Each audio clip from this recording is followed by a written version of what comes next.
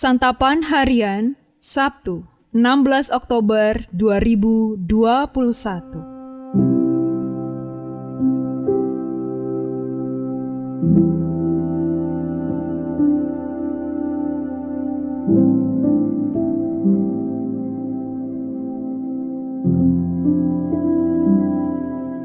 Inilah program Santapan Harian, sebuah program yang mengajak Anda menelusuri isi Alkitab, agar Anda menemukan makna firman Tuhan sesuai dengan konteksnya. Santapan Harian tertuju bagi Anda yang ingin memiliki kehidupan rohani yang segar, kuat, dan sigap.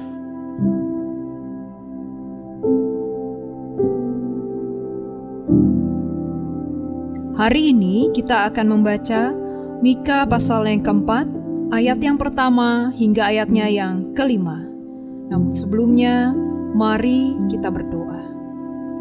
Sesungguhnya kami rindu akan titah-titah-Mu. Berfirmanlah bagi kami ya Allah, kami memohon. Di dalam firman-Mu kami berteduh. Amin. Mika 4 ayat 1-5. Akan terjadi pada hari-hari yang terakhir, gunung rumah Tuhan akan berdiri tegak mengatasi gunung-gunung dan menjulang tinggi di atas bukit-bukit. Bangsa-bangsa akan berduyun-duyun ke sana, dan banyak suku bangsa akan pergi serta berkata, "Mari kita naik ke gunung Tuhan, ke rumah Allah Yakub, supaya Ia mengajar kita tentang jalan-jalannya, dan supaya kita berjalan menempuhnya. Sebab dari Sion akan keluar pengajaran dan firman Tuhan dari Yerusalem. Ia akan menjadi hakim antara banyak bangsa, dan akan menjadi wasit bagi suku-suku bangsa yang besar sampai ke tempat yang jauh. Mereka akan menempa pedang-pedangnya menjadi mata bajak, dan tombak-tombaknya menjadi pisau pemangkas. Bangsa tidak akan lagi mengangkat pedang terhadap bangsa, dan mereka tidak akan lagi belajar perang. Tetapi mereka masing-masing akan duduk di bawah pohon anggurnya dan di bawah pohon aranya dengan tidak ada yang mengejutkan, sebab mulut Tuhan semesta alam yang mengatakannya. Biarpun segala bangsa berjalan masing-masing demi nama Allahnya, tetapi kita akan berjalan demi nama Tuhan Allah kita untuk selamanya dan seterusnya.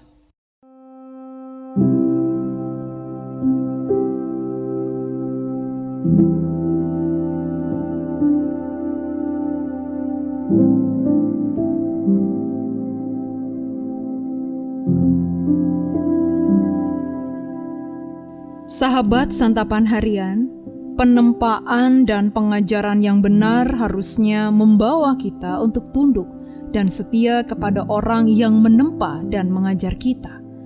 Masalahnya, apakah kita siap untuk ditempa dan diajar walaupun kita tahu itu untuk kebaikan kita?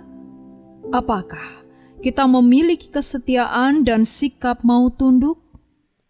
Di dalam Mika pasal 3 tergambar hal-hal yang sangat mengerikan. Namun dalam permulaan pasal 4 terdapat ungkapan, pada hari-hari yang terakhir, yang menggambarkan hari-hari ketika Allah akan memerintah atas kerajaannya yang sempurna. Dari sana, Dia akan mengajarkan jalan-jalan yang Dia inginkan agar manusia hidup menurut hukum-Nya. Itu berawal dari Yerusalem ke seluruh dunia. Allah akan menghakimi banyak orang, dan tidak akan ada lagi perang. Walaupun ada konflik antara bangsa dan individu, tetapi itu akan diselesaikan dengan adil dan tegas oleh Tuhan. Orang tidak akan lagi mencintai uang dan menginginkan barang milik orang lain. Pemulihan Tuhan tidak berasal dari usaha manusia, namun dari kasih kemurahan Tuhan semata. Pemulihan darinya tidak hanya untuk yang kuat, tetapi juga bagi yang lemah dan kurang beruntung. Tuhan mengajarkan jalan-jalannya kepada manusia. Melalui setiap firman yang keluar dari mulutnya, manusia diajarkan untuk hidup seperti kehendak Tuhan.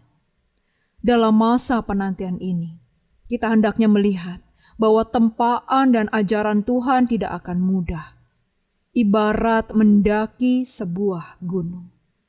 Akan tetapi, kesulitan dan penderitaan itulah yang akan membuat kita dapat berjalan sesuai dengan jalannya.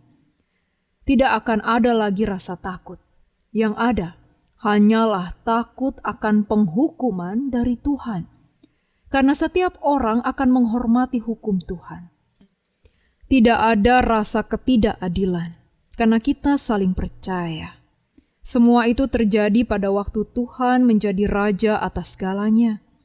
Marilah kita menyiapkan diri untuk ditempa dan diajar sesuai dengan jalan Tuhan, walaupun hal itu tidak mudah. Karena itu, siapkanlah diri kita masing-masing. Mari kita berdoa. Lalukanlah mata kami daripada melihat yang hampa. Hidupkanlah kami dengan jalan-jalan yang Kau tunjukkan di dalam-Mu, ya Kristus. Bersama-Mu, kami siap untuk berjalan di jalan-Mu, ya Tuhan. Amin.